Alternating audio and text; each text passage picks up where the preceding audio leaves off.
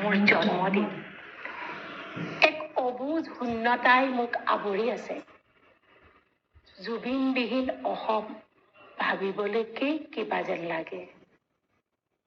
1991-92 চনত মই যেতিয়া যোৰহাটৰ জগন্নাথ বৰুৱা মহাবিদ্যালয়ত প্ৰবক্তা হিচাপে কৰ্মৰত আছিলোঁ, তেতিয়াই 18-19 বছৰীয়া বয়সৰ জুবিনক প্ৰথমবাৰৰ বাবে লগ পাইছিলোঁ। ৰাজা চৌধুৰীহঁতক মই পঢ়াইছিলোঁ। তেওঁলোকৰ লগত সেই সময়তে গুৰু শিষ্যৰ এক মধুৰ সম্পৰ্ক গঢ়ি উঠিছিল। এইবোৰ জুবিন অনামিকা হৈ আমাৰ হিয়াৰ দুৱাৰেৰে সোমোৱাৰ সময়ৰে কথা। তাৰ পিছত জুবিন নামৰ সেই সৰু চটফটীয়া ল'ৰাজন সপোনৰ সুৰ, জোনাকী মন, যন্ত্ৰ আৰু মায়াজাল বান্ধি কেতিয়ানো আমাৰ সকলোৰে হৃদয়ত এক নিজা স্থান, নিজা ঘৰ বান্ধি পেলালে গমকে নাপালো। সেই সৰু ল'ৰাজন অতি কম সময়তেই সুৰ সম্ৰাট, সুৰৰ ৰজা হৈ পৰিল। ৰ'দৰ চিঠি লিখি লিখি, আকাশে গাতে লবৰে মন কৰি, মনৰ চিলা উৰুৱাই সেই ল'ৰাজন আজি সাগৰৰ তলিত শুই পৰিল। তাৰ পিছত ঈশ্বৰ পুত্ৰ, মহাপুৰুষ আৰু কত কি যে নহল তেওঁ আমাৰ হৃদয়বোৰ উকা সিক্ত কৰি। এই শূন্যতা কিহেৰে পূৰাব পাৰিম?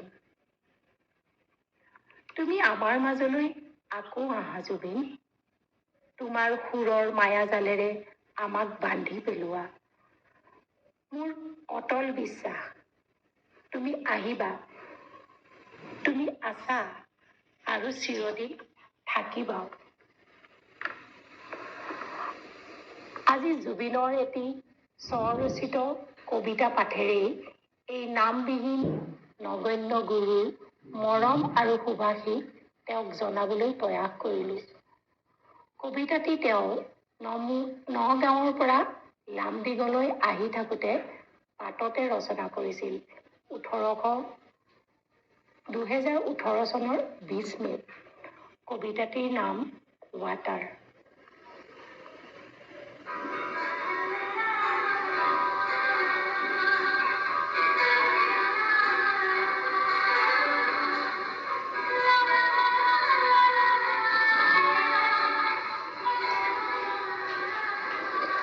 মোৰ প্ৰতিবাদী সত্তাৰ পৰিধি তহঁতে বুজি নাপাবি। মই নদীৰ পৰা সাগৰলৈ যাব পাৰো, সাগৰৰ পৰা নদীলৈ ঘূৰিও আহিব পাৰো। মাথো মোৰ ৰং সলনি হব, পানীৰ সোৱাদ সলনি হব। পাৰে পাৰে এৰি থৈ যাম অকল বালি, বালি আৰু বালি।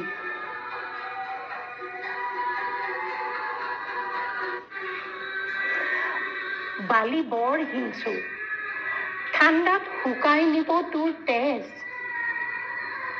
গৰমত উখহাই দিব তোৰ দুভৰি। খোজ কাঢ়িব পাৰ যদি আহিবি, মই চুমা খাম তোৰ ৰক্তাক্ত দুভৰিত। Be water, be shapeless. মোৰ প্ৰতিবাদী সত্তাৰ পৰিধি তহঁতে বুজি নাপাবি, বুজি নাপাবি, বুজি নাপাবি।